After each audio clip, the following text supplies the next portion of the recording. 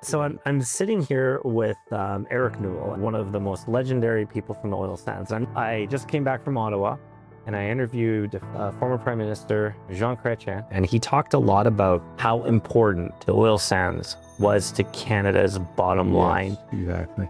And particularly when you've met with him, you worked with him, and he talked a little bit about you and Syncrude. Jim Carter, of all the individuals, Jim came to Syncrude in 1979. He was involved in running the tailings operation and the overburden and all that. Jim said back in that time that, we have to get to bigger trucks and bigger shovels. And it was actually Jim Carter that worked with Caterpillar and formed the North American Truck Steering Committee that developed the world's largest hydraulic powered truck, the 400-ton truck. And we also worked with Komatsu and to develop the largest electric powered truck, a 320-ton truck with them. Similarly, we worked with shovels. So Dee Parkinson and Rick George and that Suncor, we always worked very well together on issues. But the reality is Syncrude developed truck and shovel.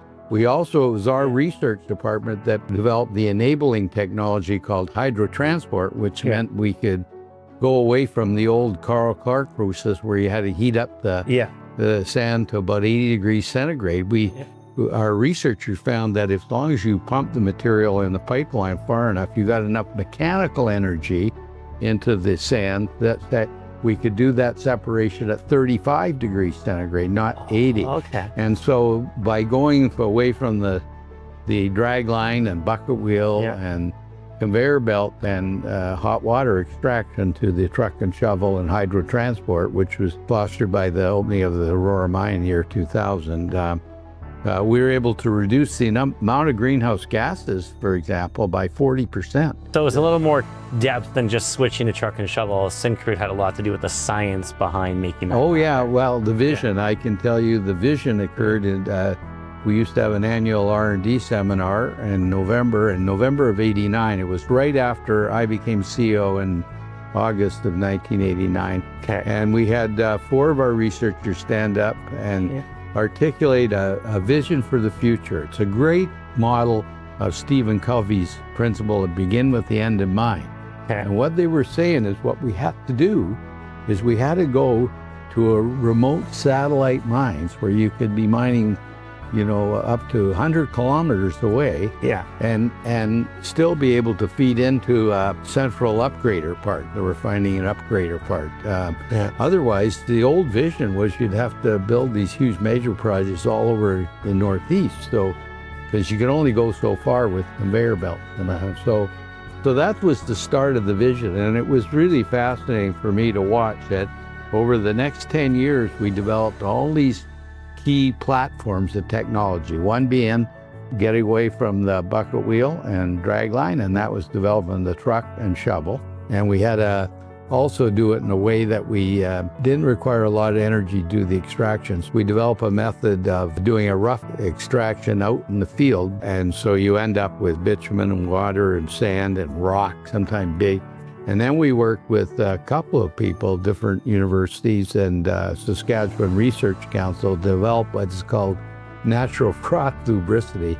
Only an engineer could have thought that name up, but in essence, what it enables you to do is pipeline this rough cut extracted bitumen sand and water stream with rocks in it without damaging the pipe. So that was the last step that enabled us to do this in to separate the energy requirements between the mining extraction and bitumen, and also to enable us to go where the ore body was the richest and the overburden the thinnest. So it was a dramatic change. And Jim Carter, again, you would credit Jim probably as he was heading the operation at the time, and Jim is in the Mining Hall of Fame. So he is your miner's miner. So it was not just the truck.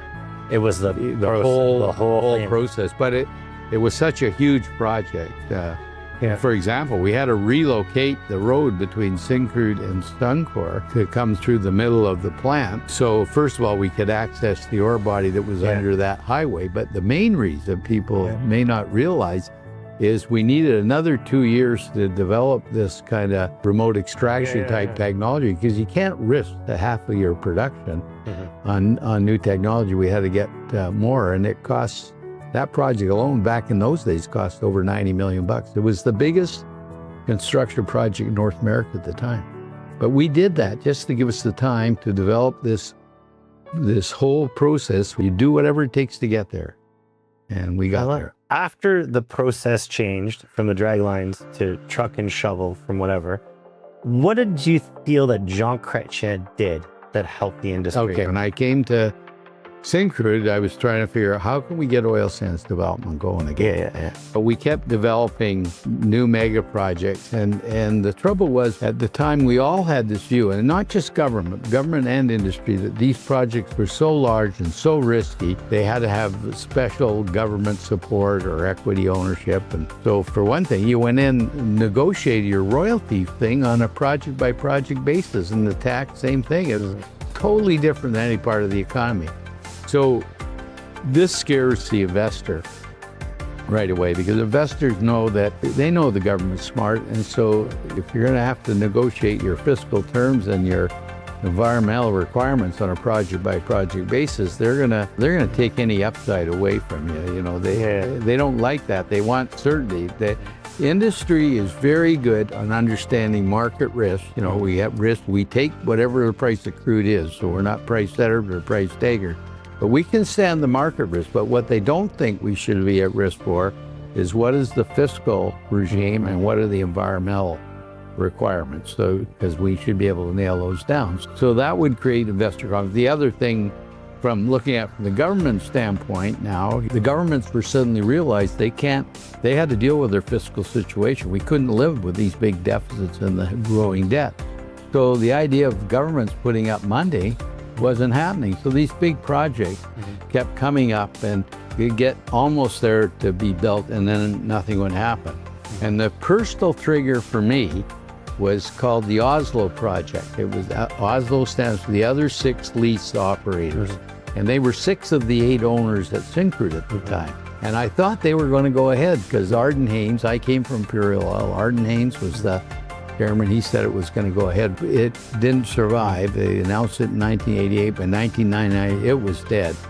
We decided at the Alberta Chamber of Resources and Syncrude that we got to form a national oil sands task force, and we got to look for a way to be able to develop this resource economically such that the industry will come in and not need special help or equity shares from the government. In fact, the fiscal regime, which is still in place today, was, and my instructions to the team working it, we got to reduce the upfront risk to the investor in return for a fair share of the profits when payout has finished, okay?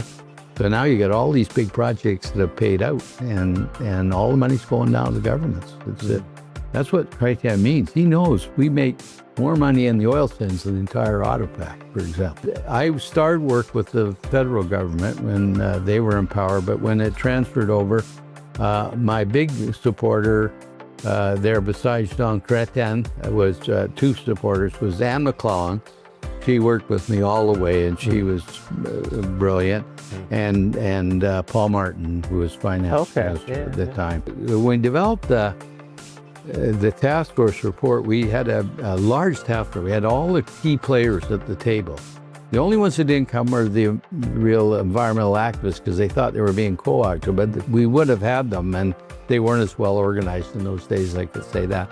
But, you know, that's where we developed the part why the industry had to be a lot more proactive working with Indigenous groups. And David Tuckero was on that task force. And Jean Chrétien, as you probably heard, before he became Prime Minister, one of his roles, he was the Minister of Indigenous Relations. Yeah, he was, And he loved that part of it, I can tell you. He just loved it. He had Anne McClellan and Paul Martin telling him that this was a great thing for Canada. So he wanted to be there.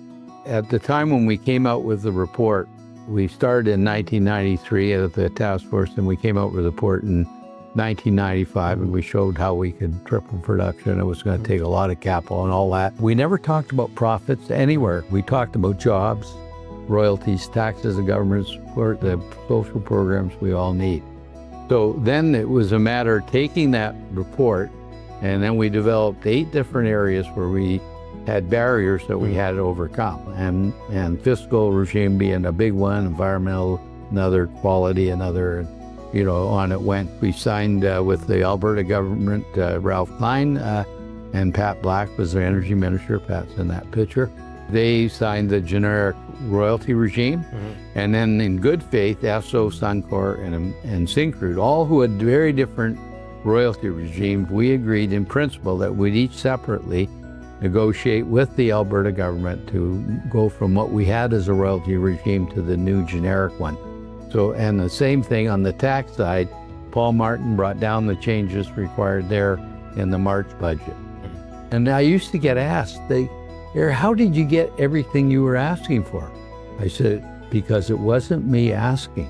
It was Canadians that were asking. That we talked, everything was about, and we made sure, damn sure, it wasn't partisan at all. That's why I met Stephen Harper. He was representing the Reform Party, whatever, but we were dealing for a lot of that time with John Chrétien's government and also with the Conservatives. So when we started in 1996, we had $0 going into major projects for the oil sands, okay? And that's why we decided, because we had this task force, we had the groups in place, and once you get the vision right, it's amazing how fast things happen. Way faster than you could imagine. You suddenly realize you're not so visionary. So we had the point where we were ready to, CEOs were ready to stand up. And so we brought John Chrétien and Anne McClellan, as she was Minister of Natural Resources Canada, Pat Black as Minister of Energy, out to Fort McMurray, and there was 18 of us CEOs stood up there, and we signed the Declaration of Opportunity, and we committed to going ahead with $6 billion worth of project, which was a big back then. Yeah. What actually happened between the period of 1997 or 1996 and 2015, the next 20 years, $262 billion was spent on major oil sands projects. It was the biggest construction project in the whole of North America. When we opened the North Mine, that was when it was the big event for Syncrude. And of course, as you said, our Prime Minister loved Fort McMurray, loved the oil sands, and so he agreed to come out to take part in the opening ceremonies. And he came in, and the employees loved it. In fact, the employees named that part of the mine Chrétien Point. So he did get naming rights on that. But yeah, he was a champion. He tried to work a benefit sharing thing between federal, provincial, all the First Nation bands. The chiefs all respected him, and he had a genuine interest in seeing Indigenous opportunities developed. And you know, you need leadership like that to do it. You got to have the commitment from the top to make things really happen. And so Canada was fortunate to have John Chrétien and Paul Martin, even though they don't always get along as individuals, but Paul Martin and I are friends because we do joint Indigenous things together. He's a liberal, I'm a conservative, doesn't matter. I love that. I'm a little optimistic. I haven't been optimistic for a while. But I mean, I find myself very optimistic in a sense. So I want to get your take on how do we unite Canada better with oil and gas? Because it seems no, absolutely. There has never been a better case as to why that is so important. And I think Canada has a moral responsibility to develop our resources. The world needs our crude oil. They need our oils. It's one of the best things for fighting climate change. You know, I created the Alberta Emissions Regulation. I was the first board chair. It was called Climate Change and Emission Management. And you see, and I think Fraser Institute did the study. It said if we doubled our natural gas production and put it as LNG and sent it to Asia, and they used it to reduce coal-fired power generation, the greenhouse gas reductions, remember, with greenhouse gases, CO2 is not like an ordinary pollutant. You can reduce it anywhere in the world and have the effect. But we could make reductions equal to the entire Canadian country. You realize that? You know, and so we need, and the same thing now you're talking about electrification, talk about creating hydrogen. Hydrogen gets created out of LNG, blue hydrogen, but that's a lot more economic than the green hydrogen with electrolysis, but we can go a long way using fossil fuels like natural gas. You've got the critical minerals right across this country. It's in Alberta too, but think about Ontario and all that. So we have a tremendous opportunity, and it's getting captured through the major projects initiatives and all that, trying to get Canadians to do the projects in self-interest.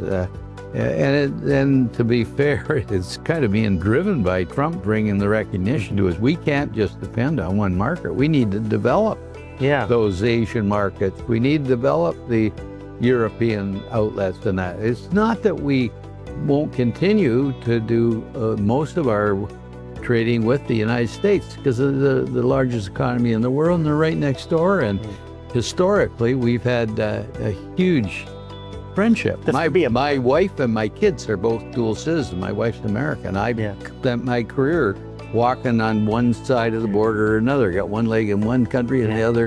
And I've worked in the States and Canada, East and West. And so I think right now, all the incentive is there. What we have to make sure that we do, we've lost so much foreign investment, $1 trillion 10 years. net in 10 years. We've got to bring that back in. From my standpoint, the key thing I'm looking for, we got the governments working together, Alberta and the feds and the Prime Minister saying the right things, but we actually got to start doing something. And to do that, we can't rely on governments to do it. Trans Mountain Pipeline, I used to be on that board, and that's not the way to do it. You got to get the private sector investing back. So my big question over the next few months is, can we get the investor confidence up to a level, just like we did back with the National Oil Sands staff or in the early 90s, we get it up to a level where they're willing to put their money back into Canada. And if they do, all those other problems, Rob, go away. What do you do for fun? Oh, I like to golf. I'll be 82 at the end of this year. I'm 81 now. I never would ever tell people when I worked that I can't do it because I got to golf. Now, to me, it's a priority because I don't know how long I'm going to be able to golf. So I golf 3 times a week and I enjoy it and it's fun.